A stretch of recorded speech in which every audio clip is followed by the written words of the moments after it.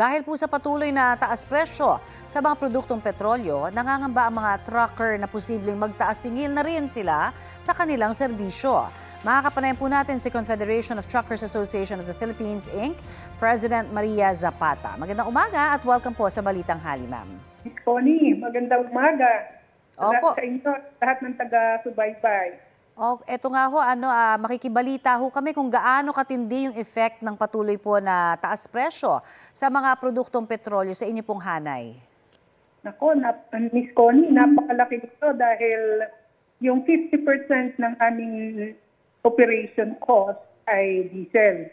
So, ngayon na halos more than 100 peso na ngayon as compared before na 60, talagang almost double na presyo.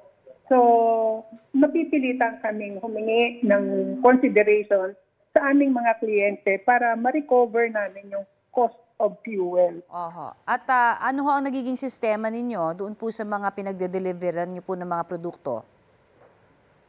Well, yun nga. Alam mo, itong incidenting ito, mabuti rin naman para sa amin. Hindi kami nahihirapang magpaliwanag sa aming mga kliyente because this is widely expressed sa news, domestic at international, kaya naiintindihan nila yung sitwasyon. At may napag-usapan ho ba ang inyong grupo kung magkano ang ipapataw ninyong taas singil sa inyong pong serbisyo?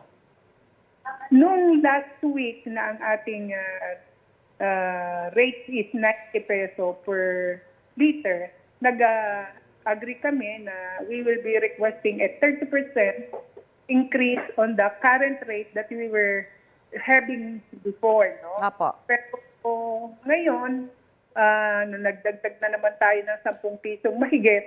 So, for the meantime, maghihintay muna kami kung ano pa ang development, kung mas grabe pa ba on the following week. And then siguro, magsisit down ulit kami sa mga grupo namin para mapag-usapan kung what would be the best approach sa mga kliyente.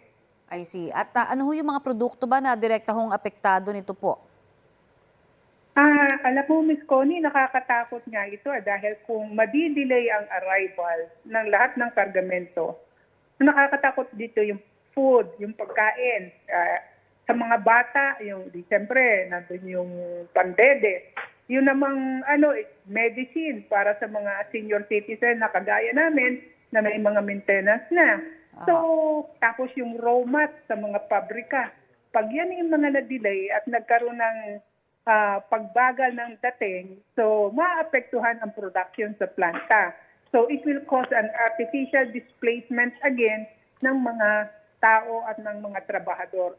Napakaraming magiging komplikasyon nito kung hindi magkakatulong-tulong ang gobyerno at saka ang private sector. Sa ngayon ho ba, ano ho ang inyong hiling sa gobyerno natin?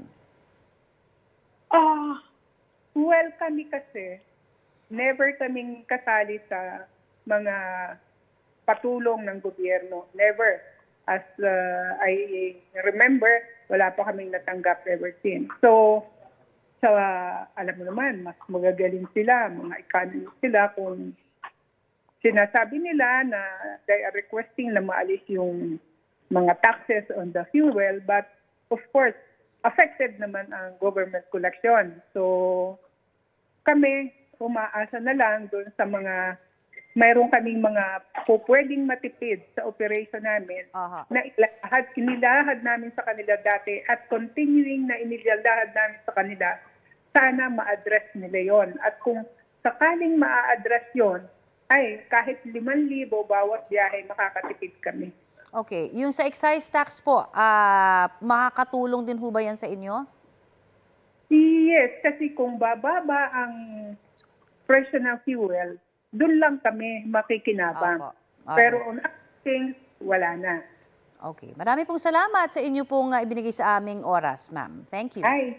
Thank you, Ms. Connie. Yan po naman si Confederation of Truckers Association of the Philippines, Inc., President Maria Zapata.